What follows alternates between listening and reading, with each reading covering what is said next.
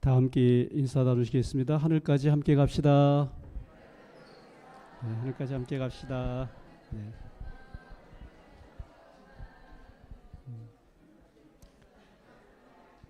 예, 김영랑 시인이 모란이 피기까지는이라고 하는 시를 적었는데요.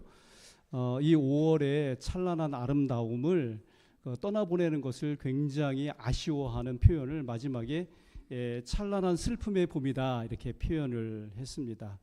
녹음이 짙어져 가는 그런 계절인데요.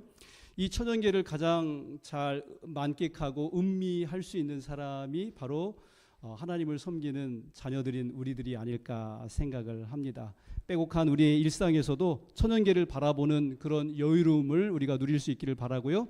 그런 가운데 하나님의 사랑의 손길을 더 많이 느낄 수 있는 우리 모든 서천교회 믿음의 가족들 되시기를 주님의 이름으로 축복합니다.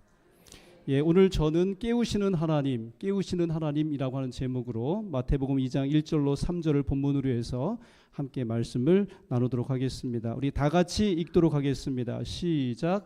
헤롯 왕 때에 예수께서 유대 베들레헴에서 나심에 동방으로부터 박사들이 예루살렘에 이르러 말하되 유대인의 왕으로 나시니가 어디 계시냐? 우리가 동방에서 그의 별을 보고 그에게 경배하러 왔노라 하니 헤롯 왕과 온 예루살렘이 듣고 소동한지라. 아멘. 우리 어린이 여러분, 이게 뭔지 아세요? 시계. 어떤 시계죠? 알람 시계. 정답입니다. 이 알람 시계 소리를 들어보신 분 계십니까? 못 들어보셨어요? 이 소리를 들으면 세상 없이 골아 떨어진 사람이라도 이 소리만 들으면 벌떡 일어날 수 있을 것 같습니다. 제가 이제 서해삼육을 중학교 때부터 이렇게 다녔는데, 중학교 때부터 고등학교 때까지 기말고사든 중간고사든 자취생들이 몇 있었어요. 친한 친구들이 몇 있었는데 그 친구 집에 모여가지고 밤을 새워서 시험 공부를 하고 준비를 했던 기억이 납니다. 그런데 어떤 친구는요, 피곤하고 졸리고 그러니까 내가 언제 일어날 거니까 이게 시계를 이렇게 막 맞춰놓고 자요. 이 자명종을. 근데 그 친구 일어날까요? 안 일어날까요? 절대로 못 일어납니다. 끄고 다시 자는 거예요. 그래서 뭐라 그러냐면, 나는 잘 못 일어나니까 제발 좀 깨워달라고 그러는 것입니다. 근데 이렇게 흔들어서 깨우면은 안 일어나요. 막 신경질을 부립니다. 그래서 그럴 때에는 저희가 어떻게 하냐면 성냥기비로 불침을 놓아가지고 아주 따끔한 맛을 보여주곤 했던 그런 기억이 납니다. 근데 그때 깨달은 것이 있어요. 뭐냐면, 안 일어나려고 하는 사람은 별의 별 수를 써도 안 일어나더라고 하는 것이죠. 소용이 없더라고 하는 것입니다. 자, 오늘 우리 서천교회 성도님들께서는 영적으로 깨어있는 자들이십니까? 아니면은 잠들어 계신 분들입니까? 하나님께서는 영적으로 잠들어 있는 사람들을 깨우시기 위해서 사용하는 알람 시계가 있는데, 그 사람이 바로 누구냐면은 깨어있는 자들이라고 하는 것입니다. 예수님이 탄생하셨을 때 멀리 동방에서 누가 찾아왔어요? 박사들이 찾아옵니다. 근데 이 박사라고 하는 말의 원어는 헬라어로 마고스라고 하고요, 지혜자라고 하는 그런 뜻을 가지고 있습니다. 이 동방 박사들은 지식인이었고 철학자들이었습니다. 귀족 출신으로 부유한 사람들이기도 했고요. 그들은 결코 우상 숭배자들이 아닌 진리를 찾는 사람들이었습니다. 성령께서는 이런 빛을 이방 나라에도 비춰주시고 계셨는데, 바로 이 사람들은 그런 빛을 따르던 자들이었다고 하는 것이죠. 오늘 그때 당시 이 동방에서 몇 명의 박사가 아기 예수님을 찾아왔는지 우리 알 수 있어요, 없어요? 알 수 없습니다. 흔히 우리가 이제 이렇게 성화에서 보듯이 3명으로 그려진 것은 그들이 황금과 유향과 모략 3가지를 선물을 예수님께 드렸기 때문에 3 박사가 왔을 거다 이렇게 추측을 합니다만은 그것은 저희가 알 수 없는 부분입니다. 그들의 수는 분명하지 않지만 분명한 것은 그들이 창조 세계를 통해 진리를 찾는 자들이었고, 또 히브리인들의 성경을 통해서 거룩한 교사가 오실 거라고 하는 사실을 믿고 기다리던 사람들이었다고 하는 것입니다. 하나님께서는 그들에게 꿈을 주셔서 이 동방 박사들을 예루살렘으로 인도를 하셨는데요. 왜 하나님께서는 그들을 베들레헴으로 곧장 가게 하지 않으시고 이 예루살렘으로 인도하셨을까요? 우리 성도님들의 생각은 어떠십니까? 하나님께서 그들을 먼저 예루살렘으로 인도하신 데는 이유가 있었습니다. 그들은 예수님을 찾아 경배하러 왔지만 단지 아기 예수님께 경배만 할 것이 아니라 하나님께서 원하시고 바라시는 그 이상의 일을 하도록 계획되어 있었다고 하는 것입니다. 박사들은 예루살렘에 도착한 후에 기대에 차서 사람들에게 물었습니다. 유대인의 왕으로 탄생하신 분이 어디 계십니까? 여러분, 이 질문이 얼마나 큰 영향력을 행사했는지 여러분 상상하실 수 있겠습니까?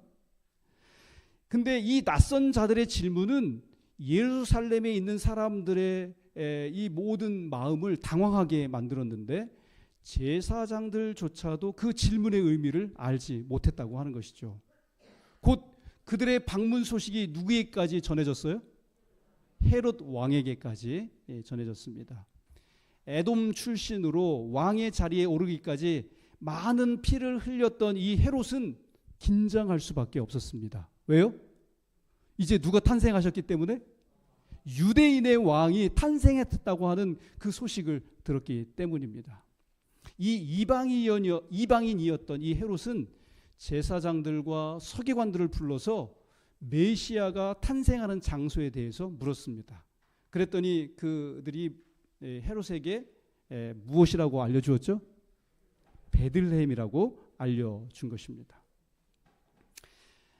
사실 이 종교 지도자들이 메시아의 탄생 소식을 들은 것은 이번이 처음이 아니었다고 하는 것입니다.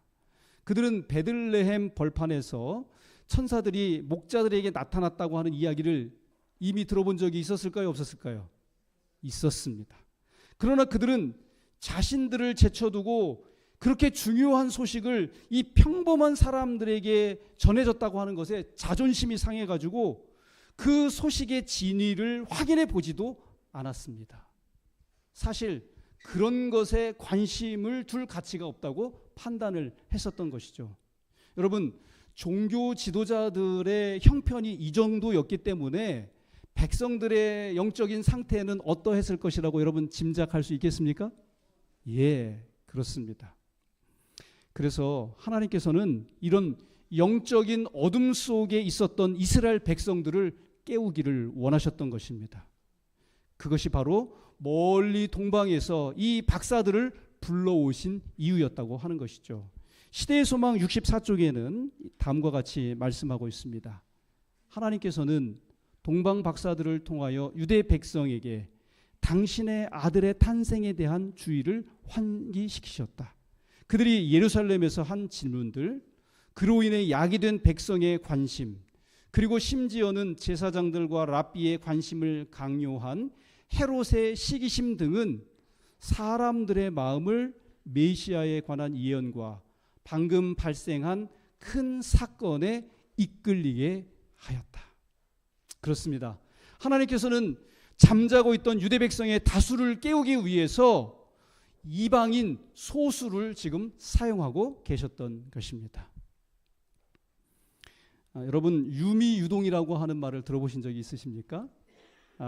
이 책은 미국의 유학 간 어린이들을 이렇게 기록해 놓은 책인데 1872년에서 1875년까지 4년 동안 청나라 정부가 9세에서 15세의 이 어린 아이들 30명씩 총 120명을 미국으로 유학을 보낸 그런 이야기가 기록되어 있습니다.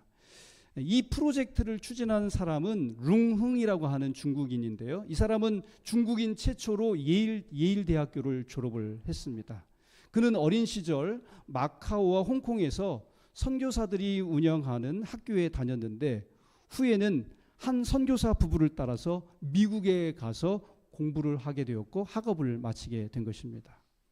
이후 이제 중국으로 돌아와서 사업을 통해서 큰 돈을 벌게 되었지만은 이 룽흥이라고 하는 사람은 자신의 안락함만을 추구하는 사람이 아니었습니다. 대신에 중국이 미국의 학문과 기술을 배워야 한다고 그렇게 확신하고 있었던 사람입니다. 하지만 당시의 지도자들을 통해서 그 목표를 이루기는 상당히 어려워 보였습니다. 왜냐하면 중국은 그 당시에 서구 열강의 침략과 태평천국의 난으로 혼란에 빠져 있을 때였기 때문입니다. 그리고 설상가상으로 정부의 관리들은 부정부패로 사리 사욕만 추구하던 그런 때였기 때문입니다. 그래서 이런 상황에서 이 룽흥이라고 하는 사람은 어린 아이들을 미국에 보내서 학문과 기술을 배워오는 그런 계획을 세우게 되는데요. 이 책의 한 챕터 소제목이 무엇이냐면 깨어있는 자의 고통이라고 하는 것입니다. 깨어있는 자의 고통. 그의 유학 프로젝트는 절반의 성공에 그치게 되었는데 이 보수적인 중국 관리들의 반대로 이 유학 계획이 금세 중단이 되고 말았기 때문입니다. 그런데 교육을 받고 돌아온 이 유학생들은 훗날 중국에서 철도를 건설하고 전보 사업을 시작했고 배를 만들고 교육 사업에 참여하고 정치 개혁을 이끌게 됩니다. 여러분, 만약 이 룽흥이라고 하는 사람의 이 유학 프로젝트가 완전하게 성공했었더라면 20세기의 중국의 역사, 나아가서 동양과 세계의 역사는 확연히 달라졌을 것이라고 우리가 추측해 볼 수 있을 것입니다. 여러분, 룽흥이라고 하는 이 사람이 어떻게 이런 계획을 세울 수 있었을까요? 그것은 그가 미국의 선진 학문과 기술을 경험했기 때문인 것입니다. 그 나라를 보고 경험한 것이 그를 다른 삶으로 이끌었고 깨어있는 자의 삶을 살도록 그렇게 요구를 했었기 때문이라고 하는 것이죠. 오늘 이 동방에서 온 박사들도 깨어있는 자들이었습니다. 그들은 히브리 성경과 성령의 빛을 통해서 하나님의 계시를 경험하고 있었습니다. 하나님은 그들을 통해서 영적으로 잠자고 있던 이 유대 백성을 깨우기를 원하셨던 것입니다. 그래서 그들을 먼저 베들레헴이 아닌 어디로 인도하셨다고요? 예루살렘으로 인도하셨다고 하는 것입니다.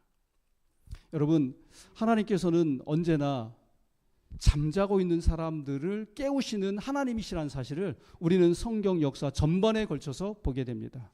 하나님은 잠자고 있던 다수를 깨우기 위해 깨어있던 노아를 사용하셨습니다.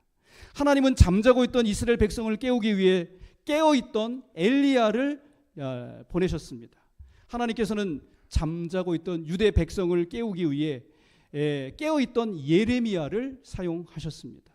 하나님은 잠자고 있던 중세시대 사람들을 깨우기 위해서 깨어있던 마틴 루터를 사용하셨고요.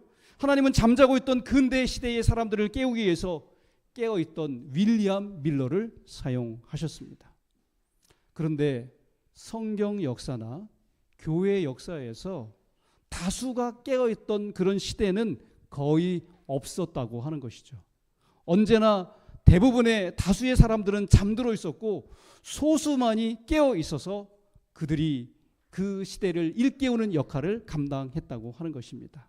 그래서 사랑의 하나님은 언제나 깨어있는 이 소수를 통해서 잠자고 있었던 다수를 깨우셨다는 사실을 우리는 보게 되는 것입니다.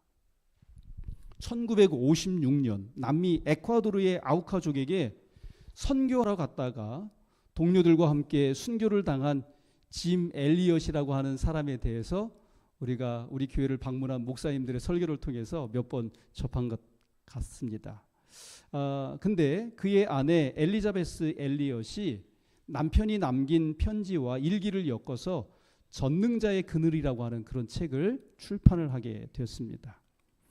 근데 이 책에 보면 이런 내용이 기록되어 있습니다. 아버지, 저로 분기점 같은 사람이 되게 하소서. 제가 접하는 사람들을 결단의 기로로 이끄소서. 저는 직선 도로의 표지판이 되고 싶지 않습니다. 저를 갈림길로 삼아 주소서. 그리하여 사람들이 제 안에 계신 그리스도를 보고 어느 쪽으로든 하나를 택해야만 하게 하소서. 이 엘리엇은 사람들이 그의 삶에서 누구를 보고요? 그리스도를 보고 기존의 삶을 벗어나 새로운 삶을 선택하도록 이끄는 그런 도구가 되기를 기도했던 것입니다. 여러분, 이것은 진정으로 깨어있는 자만이 드릴 수 있는 기도가 아니겠습니까? 실제로 여러분, 그가 이 아우카족에게 갔다가 얼마 지나지 않아서 그저 그냥 무참하게 목배임을 당하고 말았습니다. 그런데 그의 소식이 이제 미국에 전달이 되게 되었을 때 수많은 사람들이 깨어나서 정말 전도해야 한다, 선교해야 한다라고 하는 그러한 깨달음을 갖게 되었고, 그 이후로 그로 말미암아 수많은 선교 단체들이 우후죽순으로 일어나서 선교가 활발하게 전개된 것을 우리는 보게 되는 것입니다. 하나님은 지금도 깨어있는 자를 통해서 잠자고 있는 자들을 깨우고 계시다는 사실을 여러분 믿으십니까? 우리는 재림 신자라고 하는 그런 이름으로 이 시대를 살아가고 있습니다. 하나님은 여러분과 저를 통해 잠자는 자들을 깨우고 계신 것 같습니까? 아니면 누군가를 통해 우리를 깨우고 계시다고 하는 그런 생각을 갖습니까? 재림의 징조들이 우리 주위에서 하나씩 성취되고 그분의 오심이 점점 더 가까워지고 있는 이때, 우리는 자신의 영적인 상태를 말씀을 통해서 깊이 헤아려 보시고 또 체크해 보실 수 있는 그런 재림 성도들이 다 되시기를 주님의 이름으로 축복합니다. 이 동방 박사들로부터 원하는 대답을 듣지 못했던 헤롯은 분노해가지고 어떤 일을 저지르게 되죠? 베들레헴의 2살 아래의 남자아이들을 다 죽이라고 하는 그런 명령을 내리게 됩니다. 그로 인해 베들레헴의 많은 어머니가 사랑하는 아들들을 잃게 되었습니다. 그런데 여러분, 사실 이 끔찍한 재난은 유대인들의 자업자득이었다는 사실을 여러분 알고 계십니까? 그들이 구약을 통해 죄에서 구원해 줄 이 메시아에 대한 올바른 관념을 가지고 예수님을 기다렸다면 헤롯은 전혀 그런 소식에 자극을 받지 않았을 것이라고 하는 것이죠. 그러나 그릇된 성경 해석으로 인해 유대인들은 잘못된 메시아를 기다렸고, 그 결과 헤롯은 자신에게 경쟁자가 태어난 것으로 오해해 끔찍한 이런 만행을 저지르게 되었던 것입니다. 유대인들이 진리를 분별하지 못하고 깨어있지 못한 결과 그들은 비극을 겪을 수밖에 없었다고 하는 것이죠. 여러분, 마지막 때에도 그럴 것입니다. 진리의 빛 안에 살지 않고 잠들어 있는 자들은 이와 같은 슬픔을 겪을 수밖에 없다고 하는 것입니다. 하나님께서 여러분과 저를 성령의 빛 안에서 깨어있게 하셔서 시대를 분별하고 잠자는 다수를 깨우는 일에 귀하게 사용하게 해주시기를 주님의 이름으로 축복합니다. 동방 박사들이 아기 예수님께 경배한 후에 하나님께서는 꿈을 통해서 그들이 헤롯에게 돌아가지 말라고 말씀해 주셨습니다. 또한 하나님은 꿈을 통해서 요셉에게는 아기 예수님을 데리고 어디로 피난하라고요? 애굽으로 피난하라고 그렇게 지시해 주셨습니다. 헤롯이 죽자 하나님은 또다시 꿈을 통해서 요셉의 가족에게 이스라엘 땅으로 돌아가라고 그렇게 지시하셨습니다. 그러나 헤롯의 아들 중 가장 악한 아켈라오가 유대 왕이 되었을 때 하나님은 다시 꿈을 통해서 아기 예수님을 갈릴리 나사렛으로 인도하셨다고 하는 것이죠. 여러분, 이처럼 하나님은 여러 번의 꿈을 통해 친히 그분의 아들을 인도하고 계신 모습을 우리에게 보여주고 계십니다. 하나님은 아기 예수님을 인간들의 손에 맡기지 않으시고 천사들의 손에 보호를 받게 하셨습니다. 또한 이 동방 박사들이 가져온 선물을 통해서 요셉의 가족이 필요할 때 경제적인 그런 도움을 받도록 돌보셨다고 하는 것입니다. 그런데 여러분, 그때뿐 아니라 지금도 하나님은 당신의 자녀들을 인도하고 계실까요? 아니면 그저 쳐다만 보고 계실까요? 예, 우리 하나님은 지금도 살아계셔서 눈동자 같이 우리를 지키시고 돌보신다는 사실을 우리 모든 성도님들이 믿게 되시기를 간절히 바랍니다. 꽤 오래전 일입니다만 동중환합회에 소속된 한 교회가 도시계획으로 말미암아 교회를 이전해서 건축을 하게 된 상황이었습니다. 성도들이 합심하여 교회를 건축하려고 하는데 이웃 주민들이 얼마나 강하게 반대하며 방해를 놓는지 알 수가 없는 것입니다. 이 공사 진입로를 이렇게 막아버리지 않나? 골조 공사를 끝낸 상황인데 거기다가 불을 놓지 않나? 주민들이 몰려와서 시위를 벌이지 않나? 정말 교회는 교회를 건축하기 위해서 모진 고생을 하게 된 것입니다. 그러나 성도들은 그런 큰 난관에 부딪혀 좌절하지 않고 끝까지 하나님께 기도하며 간절히 매달렸습니다. 여러분 어떻게 되었을까요? 그러던 중 주민들의 반대가 점차 누그러들기 시작하더니 결국은 사라져 버린 것입니다. 후에 알고 보니까 어떤 일이 있었냐면 주모자격인 주민이 운영하던 이 중소기업에 정부에서 감사가 진행된 것입니다. 그걸로 인해서 그는 어려움을 겪게 되었고 더 이상 교회 건축을 방해할 수 없는 그런 상황이 되게 됐던 것이죠. 여러분, 하나님은 성도들의 기도에 기이한 방법으로 응답하신다 사실을 믿으십니까? 예, 우리가 믿는 하나님은 지금도 살아계셔서 그분의 자녀들을 보호하고 인도하신다는 사실을 늘 깊이 헤아리시게 되기를 간절히 바랍니다. 우리가 작년 이맘때부터 교회 주차장 공사를 위해서 기도해 왔습니다. 그런데 이렇게 옆에 나무가 이제 잘려져 나갔지만 그럼에도 불구하고 아직 우리 군청으로부터 허가가 떨어지지 않고 있지요. 여러분, 그러나 우리 성도들이 새벽 기도 시간에 그리고 매 예배 시간마다 개인적으로 지금 하나님 앞에 계속해서 이를 위해서 기도하고 계십니까? 네, 하나님께서 우리의 기도를 들으시고 또 우리의 이러한 당면한 문제들도 또한 인도해 주시고 또 지켜주시고 또 보호해 주셔서 우리의 기도대로 하나님께서 응답해 주시리라 믿습니다.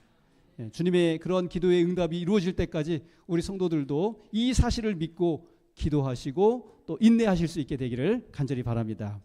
오늘 저는 말씀을 줄이면서 우리는 잠자고 있는 다수에 속해 있습니까? 아니면 깨어있는 소수에 속해 있습니까? 우리는 하나님의 말씀의 빛을 통해 자고 있지 않은지 우리 자신을 깊이 살펴보아야 할 것입니다. 만약 우리가 잠자고 있다면 성령께서 우리를 이 잠에서 깨워주시기를 간절히 바랍니다. 우리는 예수님이 오실 때가 얼마 남지 않은 중요한 시대에 살고 있습니다.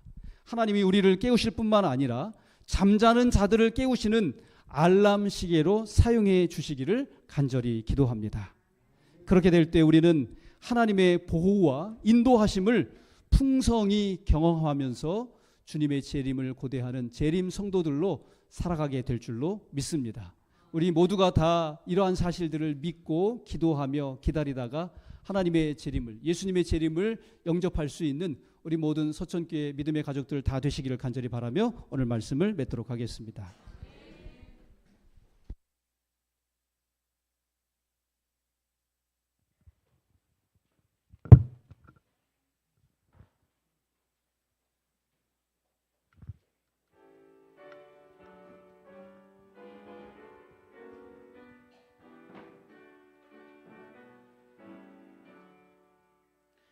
만민의 마음이 옳은 길로 돌이키는 이 진리를 생애 만방에 전하세.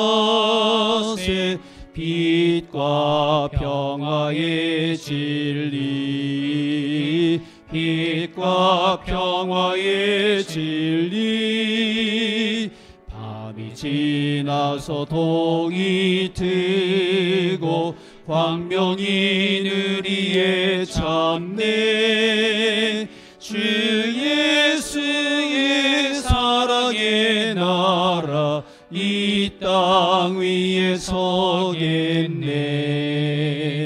만민의 마음을 주님께로 돌이키는 이 복음을 세계 만방에 퍼지어 악의 창검을 꺽세.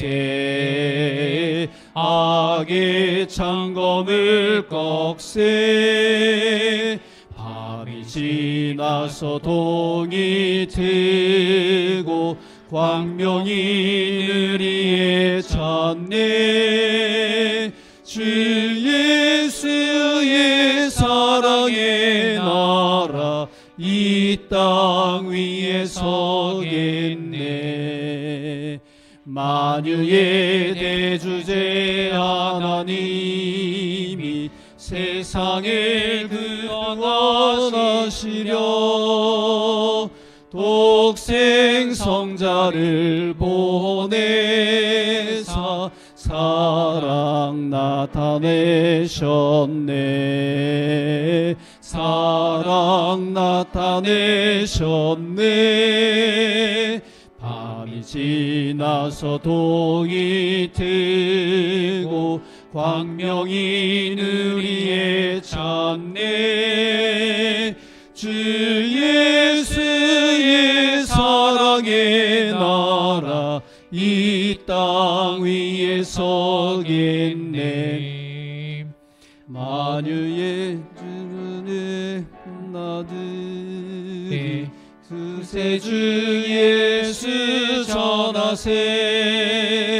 세계 만방에 택한 자 모두 주께 이끄세. 모두 주께 이끄세. 밤이 지나고 동이 트고 광명이 느리에 찼네. 주 예수의 사랑의 나라 이 땅 위에 서겠네. 하나님 우리 아버지, 복되고 거룩한 안식